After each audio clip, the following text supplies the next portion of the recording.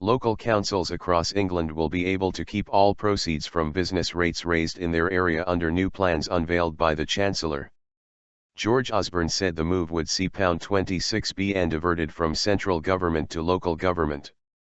Councils will also be able to cut the rate. Mr. Osborne called it the biggest transfer of power to local government in recent history.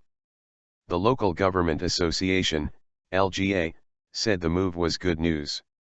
But there were warnings less well-off parts of the country could get left behind in a race for investment, and concern the change could result in higher charges. Labour warned it could start a race to the bottom with councils competing to cut their rates the most. Shops, offices, factories, and businesses currently pay a uniform business rate set by central government.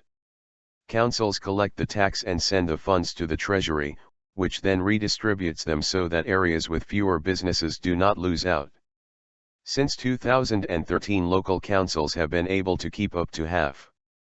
Central government currently takes in around £11.5 billion in business rates and redistributes £9.4 billion in grants. Regional inequalities. Mr. Osborne said the change, due to be in place by 2020, would mean cities and communities no longer had to go to the government with a begging bowl. Councils will be able to cut rates as the current uniform rate will be axed. But only councils with elected mayors will be able to raise rates. Gary Porter of the LGA, which represents local authorities in England and Wales, said the change would be a vital boost to investment in infrastructure and public services.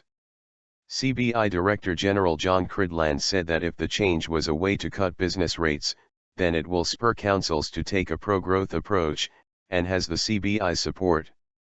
But this must not be a way to increase rates without the consent of the local business community.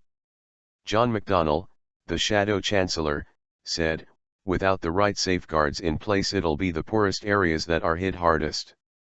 We run the real risk of seeing the explosion of Tory tax haven councils, and it'll be consumers and taxpayers who are left to pick up the bill for it in our communities." Safety net. And TUC General Secretary Francis O'Grady warned regional inequalities will get wider, unless safeguards are introduced for councils in disadvantaged areas with low business growth. A Treasury spokesman said it did not accept that the changes would mean a boom for London and the southeast of England. He said latest figures showed the biggest growth in revenue from business rates was in the East Midlands and Yorkshire. The government also plans to introduce a safety net for any area where business rate receipts fall by 7.5%.